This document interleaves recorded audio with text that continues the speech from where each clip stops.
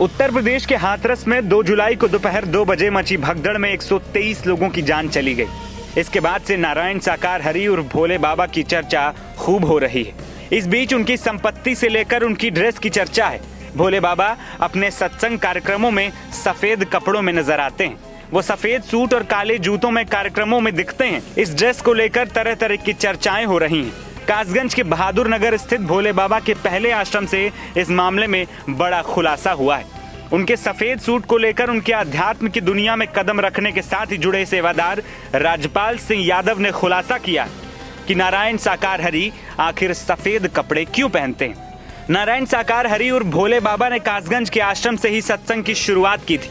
कासगंज आश्रम में सेवादार राजपाल सिंह यादव उर्फ खन्ना जी ने उनके कपड़ों को लेकर और भगदड़ की घटना पर बात की।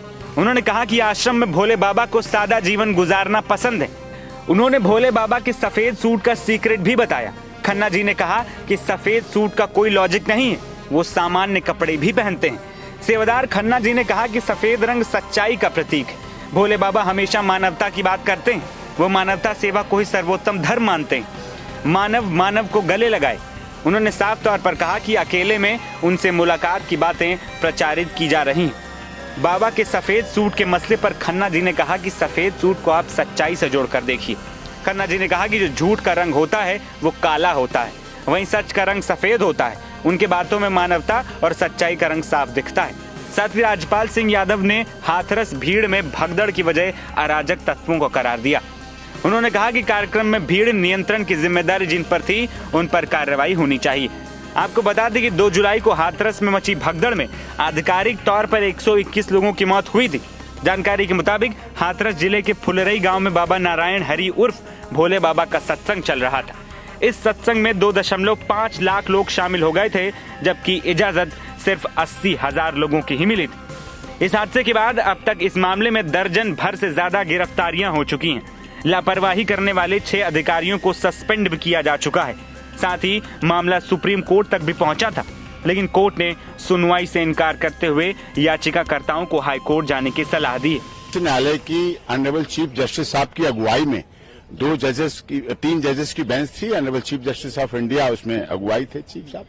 उन्होंने जो एक विशाल तिवारी के द्वारा पिटीशन लगाई गई थी पीआईएल के माध्यम से, इसमें उन्होंने साफ कहा कि घटना दुखद है, सब लोग इससे कंसर्न रखते हैं, लेकिन इस संबंध में हम कुछ भी एक्शन ऑर्डर इस तरह का नहीं करेंगे। आपको जुरिडिक्शन के हिसाब से जाना है तो आप हाई कोर्ट जाएं, हाई कोर्ट लेके जाएं और वहां जाएं, वहां करें।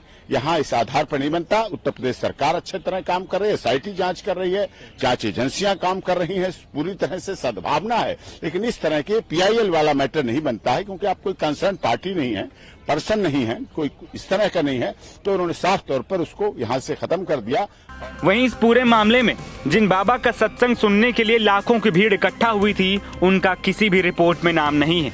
वहीं एसआईटी की जांच और एफआईआर के बाद योगी आदित्यनाथ सरकार ने एक न्याय आयोग का भी गठन किया है, जो पूरे मामले की रिपोर्ट बनाकर सरकार को सौंपेगी। एनबीटी ऑनलाइन की रिपोर्ट।